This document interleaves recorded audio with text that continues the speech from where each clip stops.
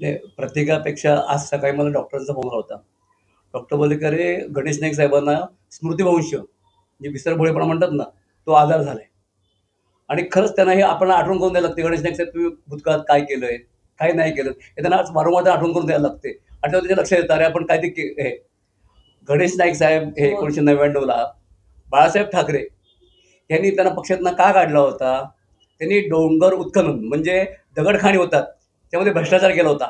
ह्या भ्रष्टाचाराच्या आरोपाखाली माननीय हिंदू हृदय सम्राट बाळासाहेब ठाकरे यांनी गणेश नाईक यांना बडतर्फ केलं होतं. हा त्यांच्यावरती भ्रष्टाचाराचा पहिला आरोप होता. हे गणेश नाईक विसरलेत. मंदाताई असतील, सीताराम भोईर असतील, यांनी 2 वेळा त्यांना विधानसभेत हरवलं होतं. विधानसभेचे इलेक्शन ते 2 वेळा हरले होते, माजी झाले होते. त्यांचा मुलगा इलेक्शनला खासदारकीला हरला होता. त्याचा दुसरा मुलगा विधानसभेला हरला होता. आज ते दुसऱ्यांना म्हणतात, आम्ही तुम्हाला माजी करू. त्यांच्या घरात 2 माजी बसलेले आहेत. आपल्या दोन्ही मुलांचं करिअर संपलेलं आहे आणि आज ते लोकांना सांगतात, मी ह्याला माजी करीन, त्याला माजी करीन. तुम्ही मागच्या 15-20 वर्षाचा विचार केलात. नवी मुंबईमध्ये गणेश नाईक हे सत्तेवरती होते. आमदार होते, पालकमंत्री होते, मंत्री होते. त्यांचा एक मुलगा खासदार होता. त्यांचा दुसरा एक मुलगा महापौर होता. हे सगळं असताना तुम्ही तुमचे भूखंड जे आज म्हणता तुम्ही, ते भूखंड तुम्ही महापालिकेच्या कामाकरता किंवा कामाकरता राखीव का करून घेतलेत नाहीये? तेव्हा तुम्ही काय चाटत होतात? तेव्हा तुम्ही भूखंडचा उपयोग कशासाठी केलात? आज गणेश नाईकांनी त्यावेळेला भूखंडाचे श्रीखंड हे बिल्डर लोकांच्या कशात घातलेत? तुम्हाला माहिती असेल 17 प्लाझा हा भूखंड. हा भूखंड कशाकडे दिला होता तुम्हाला? हा गणेश नाईकांना भूखंड हा सिडकोनी प्रशासकीय कामकाज दिला होता. त्या भूखंडाचं टेंडर काढलं गेलं आणि तो भूखंड विकला गेला. हा कुठल्या नियमात विकला गेला? एक हॉस्पिटलचा भूखंड होता. तो भूखंड पण तुम्ही हिरानंदच्या बिल्डरच्या कशात घातलात? नवी मुंबईमध्ये गावठाण क्षेत्र आहे, दिघा गाव आहे. ते असंख्य बिल्डिंग उभे आहेत. ह्या सगळ्या अनधिकृत बिल्डिंग आहेत. त्या बिल्डिंगमध्ये कोणाचे फ्लॅट आहेत? मोठमोठे टॉवर उभे राहिले सिडकोच्या जागेवरती. ते कोणी उभे केले? म्हणजे म्हणतात ना, आपलं ठेवायचं झाकून लोकांसाठी बॉम्ब मारायचे. असा यांचा प्रकार असतो. सन्माननीय शिंदेसाहेबांनी काय केलं असेल नवी मुंबईसाठी? सुपर स्पेशालिटी हे जे हॉस्पिटल बांधते ते बांधण्याकरता प्रयत्न करत आहेत. एक जनतेसाठी मेडिकल कॉलेज बांधतायत, मराठा महाभवन बांधतायत, छत्रपती शिवाजी महाराजांसाठी स्मारक बांधतायत आणि ह्या कामासाठी त्यांनी काही भूखंड राखीव केलेत. हे लोकांची कामं आहेत, जनतेची कामं आहेत. ही शिंदेसाहेबांनी कामं केली म्हणून ते पोटात दुखतं का? म्हणून तुम्ही सदैव शिंदेसाहेबांच्या विरोधात बोलता का? जेव्हा शिंदेसाहेब 2.5 वर्ष मुख्यमंत्री होते, तर शिंदेसाहेबांनी जवळ-जवळ 25 वर्षाचं काम केलेलं आहे. शिंदेसाहेबांनी काय केलं असेल? तर 2.5 वर्षामध्ये शिंदेसाहेबांनी समृद्धी महामार्ग बांधला, ठाण्यामध्ये मेट्रो आणली, क्लस्टर डेव्हलपमेंट आणलं, आरोग्य सेवा दिल्या, सागरी सुरक्षा मार्ग बांधला, पाणी टंचाईवरती काम केलं, शेतीवरती केलं, अख्खा महाराष्ट्र पिंजून काढला. म्हणून शिंदेसाहेब हे महाराष्ट्राचे नेते झाले. त्यांनी 60 आमदार निवडून आणले होते, 9 खासदार निवडून आणले होते. अशा माणसाला जर तुम्ही टार्गेट करत असाल तर आम्ही ऐकून घेणार नाहीये. शिंदेसाहेबांनी लाडकी बहीण योजना आणली. ही योजना एक गेम चेंजर ठरली. म्हणून आज महाराष्ट्रामध्ये सत्ता आली आहे. जी सत्ता तुम्ही आज भोगताय ना, हे शिंदेसाहेबांमुळे भोगताय. अशा माणसाला तुम्ही एखाद्या प्लॉटबद्दल विचारताय? आज शिंदेसाहेबांनी जे केलंय, त्यामुळे आज आपल्याला सत्ता मिळाली हे तुम्ही विसरू नका. आज तुम्ही व्हाईट हाऊसमध्ये बसता. नाव व्हाईट हाऊस आहेत आणि ते काय धंदे करता?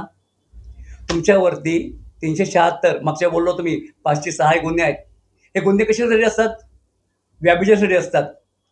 गणेश नाईक साहेब, तुम्ही अमेरिकेत जो मुलगा जन्माला आला तो कोणाचा आला? त्याचा बाप कोण आहे? हे जर आम्ही विचारलं तर तुम्हाला वाईट वाटेल. तुम्ही काहीतरी बाज राखा, नाहीतर तुमचा बाजार उठवायला आम्हाला वेळ लागणार नाहीये. एवढंच बोलतो. ते मगाशी तुम्ही म्हणाला डॉक्टरांचा सकाळ सकाळी फोन आला, तर कुठल्या डॉक्टरांचा फोन आला? म्हणजे डॉक्टर श्रीकांत शिंदेचा आला का ट्रीटमेंट करणाऱ्या डॉक्टरांचा आला? नाही, मला नवी मुंबईतल्या डॉक्टरांचा फोन आला, की "प्रकाश, तू यांचे जास्त हे लक्ष देऊ नकोस." कारण गणेश नाईकांचं वय पण झालेलं आहे. वर्ष 75 वय आहे आणि त्याचं अजून त्यांची दोन्ही मुलंही आता घरी बसलेली आहेत. त्यांना काही काम नाहीये. त्यामुळे त्यांचं स्मृतिभ्रंश झालंय. त्यांनी मागच्या वेळेला काय जे केलेत, जे उठाडावे केले, जे बिल्डर लोकांना भूखंड दिलेत, त्यामुळे त्या स्मृतिभ्रंश त्यांना फक्त आठवण करून दे, की तुम्ही काय काय केले, प्रकरणं केलेत, त्याची आठवण करून दे. की हा जो वाद आहे नेमका कोणी सुरू केलाय? तर नरेश मस्के गणेश नाईकांवर बोलतात, गणेश नाईक मग नरेश मस्केंवर बोलतात, श्रीकांत शिंदेवर बोलतात, एकनाथ शिंदेवर बोलतात, परत तुम्ही प्रतिक्रिया देतात. 2-3 महिन्यापासून हे चालू आहे. नेमकं सुरुवात कोणी केली? नाही, माझं काम आहे माझ्या नेत्यावरती, मग ते शिंदेसाहेब असतील, म्हस्केसाहेब असतील, यांच्यावरती कोणीही आरोप केले तर एक शिवसेना ठाणे विधानसभा समन्वयक म्हणून उत्तर देणे माझं काम आहे. आणि मी जे उत्तर देईन ते टेक्निकली बरोबर असेल, त्याचे एव्हिडन्स काही असतील तेव्हाच मी बोलेन. सर, महायुतीतला घटक पक्ष आहे खरं तर शिवसेना, पण तेच मंत्री सातत्यानं गणेश नाईक टीका करताना पाहायला मिळत आहेत. आपण पदाधिकारी मिळून काही मागणी करणार आहात का वरिष्ठांकडे, की कारवाई कुठेतरी होणं गरजेचं आहे का? नाही की शेवटी होतंय काय, हा आपला आपण शेवटी युतीमधले पक्ष आहोत आणि आपण एकमेकावर चिखलफेक करतो, तेव्हा हा मेसेज चुकीचा जातो. ह्याच्यावरती जे भारतीय जनता पार्टीचे पक्षप्रमुख असतील किंवा मुख्यमंत्री असतील यांनी विचार करायला पाहिजे. हे चुकीचं होतंय आणि तुम्ही आरोप कोणावरती करता, तर उपमुख्यमंत्री करताय आणि धांडट खोटे आरोप करता. फक्त काय होतं, आज फक्त एक नवी मुंबईचे तुम्ही नेते आहात, म्हणजे आमदार आणि मंत्री आहात, शिंदेसाहेबांमध्ये झालेले आहात. ते नवी मुंबई माझ्या हातानं जायला नको. आज नवी मुंबई तुमचे नगरसेवक कधी 52 का 55 आले, आमचे 40 आले. फक्त एक 10 नगरसेवकांचा फरक होता. ते जर आमच्या चुकीमुळे जर कमी आले, ते जर झाले असते तर यांचा टांगा पलटी आणि घोडे पसार झालं होतं. त्याची कुठेतरी भीती आहे, की माझ्या हातातून नवी मुंबई जाईल, या भीतीपोटी सगळे आरोप चालू आहेत. ज्योती वाघमारे टीका करतात पक्षावर आपल्या बोलल्यावर, नरेश मुश्के टीका करतात, प्रकाश पायरे इथं नौबण्यातनं टीका करतात. मात्र ठाण्यातले इतर नेते गप्प का? काय वाटतं, आपल्या पक्षातले नेते गप्प आहेत? नाही, मला माझं म्हणणं कळतं, की मी जर विधानसभा समन्वयक असेल तर मी माझ्या पक्षाची बाजू ही मांडलीच पाहिजे. माझ्या नेत्यावरती कोणी बोललं तर त्याला मी सडेतोड आणि योग्य असे उत्तर देईन. आणि अशी देखील चर्चा आहे की आपण नरेश म्हस्के यांचे एकदम जवळचे समर्थक आहात किंवा आपले वर्षानुवर्ष ऋणानुबंधित म्हणून पटकन प्रतिक्रिया देतात, असं काय आहे का? मी संदीप बबाडेचा पण मित्र आहे, सारिकाचाही मित्र आहे, सगळ्या पत्रकारांचा मित्र आहे. त्यामुळे ते मला म्हणतात की बा तुम्ही प्रतिक्रिया देणं गरजेचं आहे, कारण तुम्ही योग्य प्रतिक्रिया देता. काय थोडक्यात सांगाल आता गणेश नाईकांना जर लाईव्ह बघत असतील तर? साहेब, आता आपण 75च्या उंबरठ्यावरती आहोत. म्हणजे म्हटलं तर हा प्रवास हा आपला अंतिम असतो किंवा काय असतो. अशा वेळेला आपण आपल्या वेळेला 2 मुलांचं करिअर काय आहे, त्यांचं भविष्य काय आहे, याचा विचार करणं गरजेचं आहे. अशा वेळेला आपण तोंडाला येईल ते बोलणं आणि अशा माणसावरती ज्याचे 60 आमदार आहेत, 9 खासदार आहेत, तो उपमुख्यमंत्री आहे, तो मंत्री झालेला आहे आणि त्यांनी नवी मुंबईसाठी केलंय ना साहेब. नवी मुंबईसाठी सुपर स्पेशल हॉस्पिटल आणलंय, मराठा भवन आणलंय, छत्रपती महाराजांसाठी स्मारकासाठी भूखंड आणलंय. एवढं सगळं नवी मुंबईसाठी केलंय. अशा माणसावर तुम्ही आरोप करता, हे चुकीचं आहे. तुम्ही कुठेतरी थांबायला पाहिजे.